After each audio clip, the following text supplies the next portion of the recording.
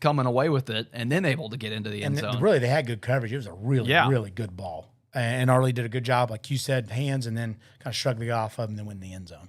And then the defense again takes over, and we see it again. Owen Schmidt, special teams, didn't have the special teams touchdown the week before. Had 6 of them. That was the only one unchecked for the cycle. Right. And picked up right where he left off. The first punt of the ball game from Chaparral. Schmidt takes it the other way, and I felt like we picked up right where we left off against Larned. Yeah, one of my friends from Chinook called me this week, and he's like, "We're going to come this weekend and watch the game." A guy I taught with there and is a coach there, and he was like, "Am I going to see a kickoff return now? Like, what is Owen Schmidt going to do for an encore?" Now, a lot of that, we talk to the kids all the time that I love football because it takes 11 guys doing their job every play to be successful. And if just one of those guys doesn't do their job, it can mean calamity for the group. And I think Owen would tell you that. Owen's a humble kid. And he's done a great job of making the plays afford him. In fact, the first punt return was incredible. I mean, he broke 3, 4, 5 tackles. Just his willpower and, what a competitor he is. And then the second one, our wall was set up perfectly. Caleb got a block, knocked 2 guys off. And so it's good to see Owen's making the plays presented to him, and then our guys are doing a good job of getting him in position to be able to make plays. Yeah, that's what you got to reference which punt return he had there. For anybody who didn't see the game, had 2 of them, but that first one, we called him down on the radio call. We're like, down at the 20-yard line, and then somehow he breaks away from that, finds that wall, gets up the sideline. And that's something we've seen this year is that breakaway speed that I don't know that it was lacking last year, but didn't see it as often. Or we can be honest, it was lacking a little bit. No, Owen's a kid. But we've seen it with Poor had a big run. Tay had a big one last week. Owen, we've seen it a couple times. So a different dynamic on this team this year. Yeah, well, and credit to some of I think we've talked about we put a priority on speed in the weight room. I think credit to our booster club and some private donors that we were able to get that shred mill last year and really go to work on it, and I think that's helped us tremendously in force production. But and then kids' work ethic. You take a kid like Owen, when he came into the program last year, he was at almost a 5.2 40, and now he's at a 4.7. And, wow. And that's a huge difference, that half a second. And you play faster, you play more confident. I think we've seen that on defense. Even when we haven't played perfect, we've been able to get back in the play because of our speed and a lot of that's hustle too. And then offense, I think you've seen it in both of those big plays. How different, really the first time this season that we've faced kind of a true spread offense from Chaparral. How much preparation, which is good to see. It looks like Collegiate runs a little bit of that same spread offense, so a good kind of appetizer to what we're going to get this week. But first time the Greenbacks have faced an offense that throws it 20 to 30 times a ball game. And not only throws quick, and I thought that was something we didn't adjust to. Now, they had 17 completions for 126 yards, something like that, I think. So we're not giving up a ton of yards per completion, but I thought we wanted to play a little tighter. But like you said, part of that is a good baptism, a good learning experience that, we're used to playing off and playing, because most of the time, the first few games when we've been playing pass coverage, it's because it's 3rd and long. They wanted to run. It's the first time we played a team that likes to throw it on first down. So sometimes you catch yourself playing back more and not being aggressive, and we just kept trying to tell our kids all night, like, trust yourself. Don't quit being afraid. Don't be afraid to get burnt. You're a good football player. Just trust yourself. Trust your speed. Trust your instincts. Trust your reads. So I think that was good to see. Also those huge wide splits, and that was something I think we've got to do better at, because their quarterback was able to step up a few times and run, because I think our kids thought, hey, I'm in my gap, but they naturally widened us out so much they created running lanes, so we weren't getting back into it. And that's something that's good to see, like you said, with Collegiate coming up and Cheney and all those teams will face that are spread. It was a good appetizer to see. On some of that defensive note, Luke Gatlin, I thought we called his name a lot from the booth. I thought he had a great night on the defensive side of the ball, just in the backfield making tackles. Just a great night by Gatlin. Luke is coming on every week. I mean, he is just getting better and better, and a lot of that. I remember, and Luke can tell you this, I've told Luke since his sophomore year, like, he is a physical specimen. Like, Luke is a weight room warrior. He works really hard. He's a 275-pound cleaner and bencher and squats a ton of weight, over 400. He is a really strong, good athlete. We're like, man, just believe in yourself. Like, with him was just believe in the gifts that you have and play like it. And I think Luke is doing that more and more and more, to the point to where we have to say, we got to get this guy on the field, because he's just making plays all over the place, and he's got a nose for the ball. So yeah, really, really proud of him. Thought he played a great game. And then the rest of the defense, as usual, complimenting that, only allowing, we mentioned the passing, 98 passing yards is what I had for him. Only 44 on the ground, 0 touchdowns given up. The one score was a defensive touchdown by Chaparral. Kyler Barker leading the ball game with 9 total tackles. Morrell, again, with 3 tackle for losses on the night, just continues to have just a force in the backfield of the opposing team. And like you said, as quick as they were, mentioned earlier, as quick as they were getting rid of the ball, for him to have 3 TFLs is really, really impressive. And that was hard. They were mad. You know, our kids, they want to get some sacks, but they were getting rid of the ball so dang quick. It was had a couple really hard. Yeah, had a couple on blitzes. Wilson and Gatlin both with 1 sack on the night. But yeah, they did. Got rid of the ball quick. So the negative yards, hard to come by, but still able to do so. Right. Get through offensive stats here as we go through the defensive stats there. Another big night for the Greenbacks on offense. 332 total yards for the Greenbacks. 3 of 5 through the air, 84 yards and a touchdown for Creston. That's his 4th passing touchdown of the season. On the ground, Tay Wilson wasn't able to break the 100-yard mark, but due to lack of carries, again, only had 11 carries, 76 yards, able to get into the end zone twice, though, for 2 touchdowns, making 8 on the season for Tay. And then Poor also 5 carries in his biggest run of the season with the 70 yards total, finished with 70, had the 58-yard touchdown run. And then Caleb Strong, a big one also, 2 carries, 54 yards for a touchdown. So those skill players. And then on the receiving, before I get to that, Morrell, all 3 catches for the Greenbacks, the 84 yards and that 1 touchdown on the opening play. But the athletes making athletic plays is what, when you look at that score sheet and the stats and you know who the players are, you just, those are the athletes making athletic plays. And that's what I loved about that. If you talk about all the different ways we scored or made an impact, you know, Crescent with a long run, Tay being Tay, Arley with some pass catches, you know, Caleb with a big run. And that's what we want to do, is to be able to spread it out so teams can't load up on Tay or load up on someone. And when they have to guard the whole field and the width and everything and the length of it, then that opens up a lot more for us that we can run, and it makes us much more dangerous, and we don't become one-dimensional. How do you balance the double-edged sword that is, it's nice to put teams away early? You know, we've 2 weeks in a row now that we've been done by halftime, had a running clock going.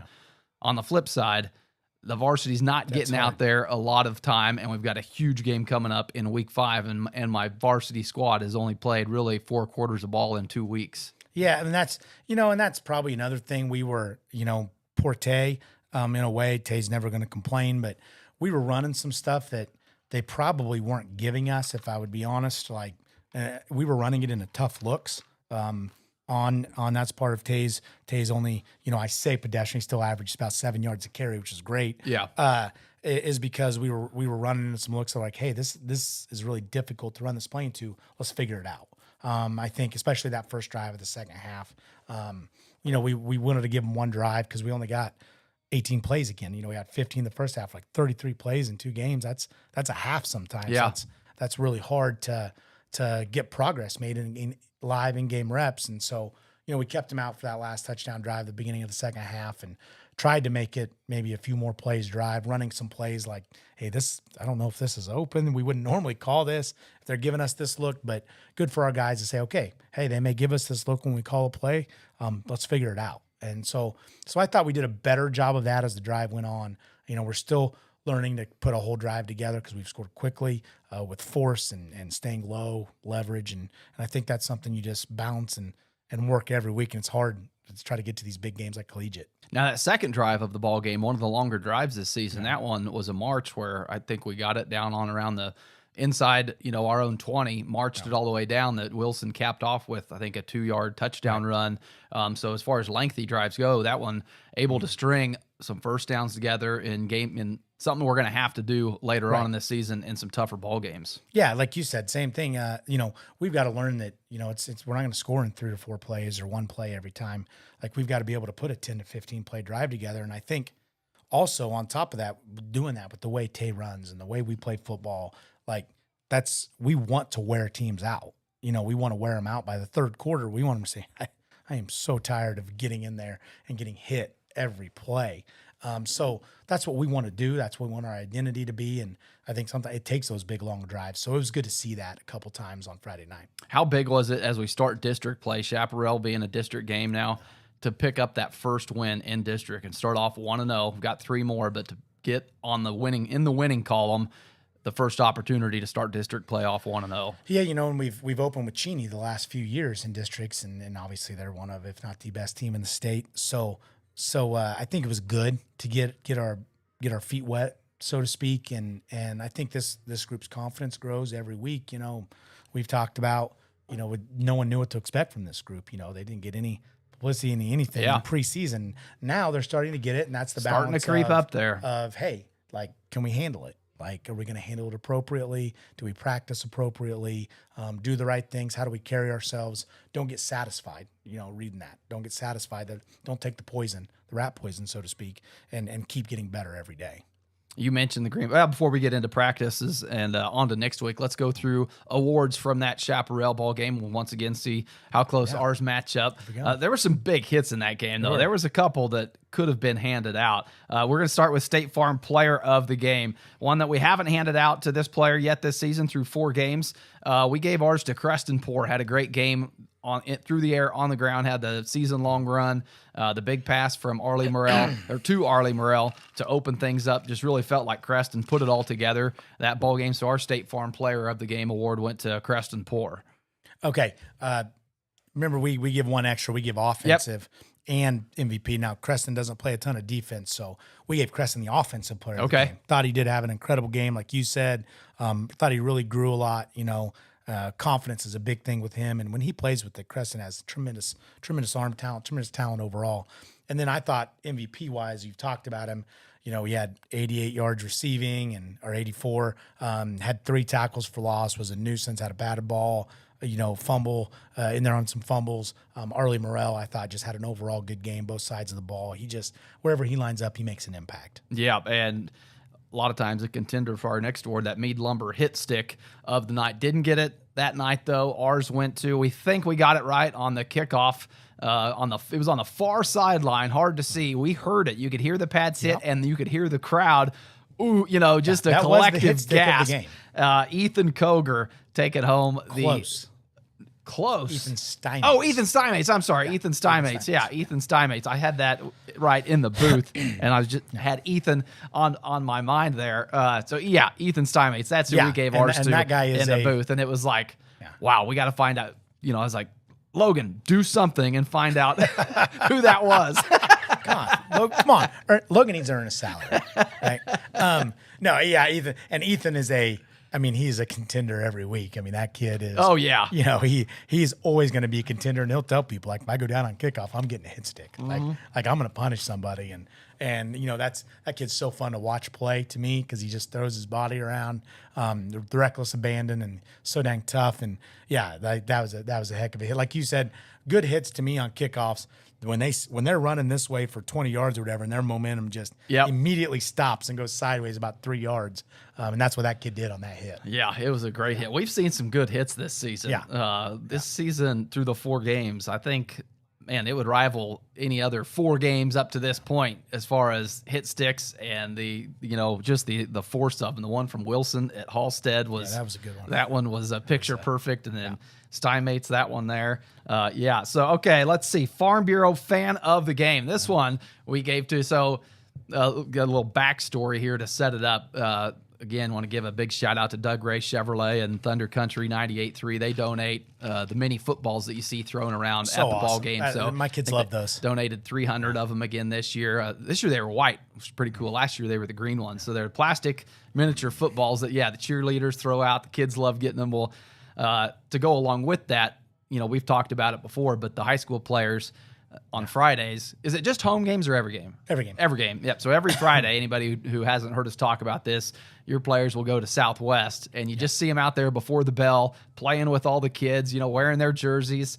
and the kids love it. So it's a lot of fun. It's cool. So Baker, my youngest boy, loves the Fridays, takes that miniature football along with a Sharpie. You'd think he's at spring training or something, and goes and he brings it home then later that day with as many autographs as he can get from all the greenbacks. So Baker got our fan of the game. I'm glad he did, because after you posted that picture, I was going to argue with you if it was anybody but Baker. Well, actually, your wife even texted me too, and she said Baker better win fan of the game. I was like, awesome. I can't argue with that. That's so cool though, and to me that's what it's all about. We started that tradition of every game. I think you used to do it at homecoming. When I got here, we started doing it every game, and we send some kids there. And then we send some kids to the PAC building, the new Pratt Academic Center with the 4th and 5th. And then we send some kids to greet the 6th through 8th graders at Liberty. And so we kind of get everybody, I've gotten videos that's cool. Of our kids doing dance parties. And there was a huge, I got video of them, huge football game with the 4th and 5th graders. And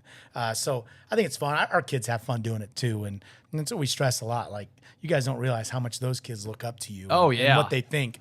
You guys are heroes to them and professional ball players. And so I think it's a great way to connect. And to me, what a better way than to get young greenbacks excited saying, I want to be on this field sometime on a Friday night. And I want to do that. Yeah. What Owen Schmidt's doing, or what Colin Strong or Arlie Morell or whoever it is. Like, just such a cool thing. And it's awesome to see every time I get a message about it. Makes my day. Yeah, it's a pretty neat tradition. So congrats to Baker. He won't watch this probably, but fan of you. I did tell him that, and he said, "What do I get?" Yeah.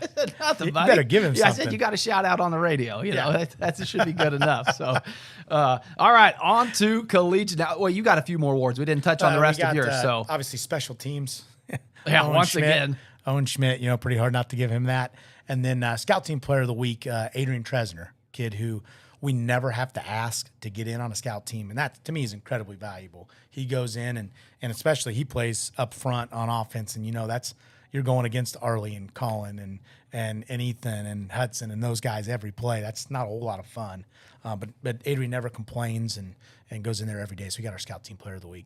All right, on to Collegiate. Now, before we get to Collegiate itself, this is a big district matchup, and district format has changed a little bit this year. For anybody who thinks it's still the 1 plays the 4 and the 2 plays the 3, Keisha has now made it like the 6 and 5A. Was 4A like that as well? A little bit. We're similar to those 3, but not quite So the same. The new format this year will reseed. It's kind of a hybrid version, though. Right. All the 1 seeds will be the 1 through 4, right, and then the 2 seeds will be the 5 through 8. Right. But it puts a little more of a dynamic into it of not just getting slotted into, if you take third in your district, you're not all, going to be playing. I like it a lot better. I'm not sure the best way to say it. I think we're still pushing. I'm the 3A rep for KBCA. We're still pushing to get them completely seeded. Use districts to kind of weed out records and whatever, but try to get them all seeded, because you take a district like ours right now. If you look at most major polls, 3 of the 5 teams in our district are ranked in the top 5 in state. So that's pretty tough to me. It's a challenging district, and one of those is going to be a 3 seed. Or one of the at best a 9 seed in the playoffs in just the West, not even the whole playoffs. So what they're doing, I think, is better. And I think it gives you definitely some incentive. Non-district games, we already are done. Well, we got one more, Phillipsburg, but they are a 13-point cap on points. District games are 21. And so that's within the district. Like you said, you'll get seeded. If you win the district, then it goes to your overall record first, and then points second, then common opponents and all that stuff.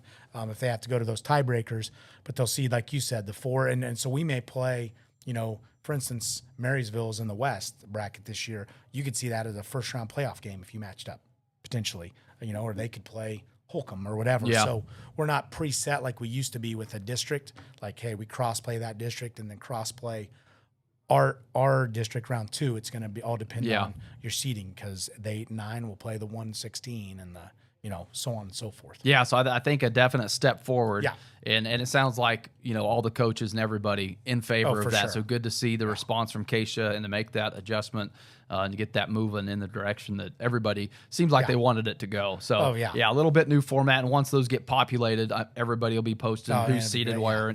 So, no need to start doing the math now. But that leads us into this collegiate ballgame, which does have huge implications on that district seating. Only played collegiate twice in the history of Pratt, both times under the tenure of your leadership. Once in 2020 and then again in 2021. The 2021 matchup, much more competitive than the 20 matchup. Lost 23-8 in that playoff matchup at Collegiate. But a ball game that 23-8, I felt like it was closer than that score. We had a chance there, fourth and goal.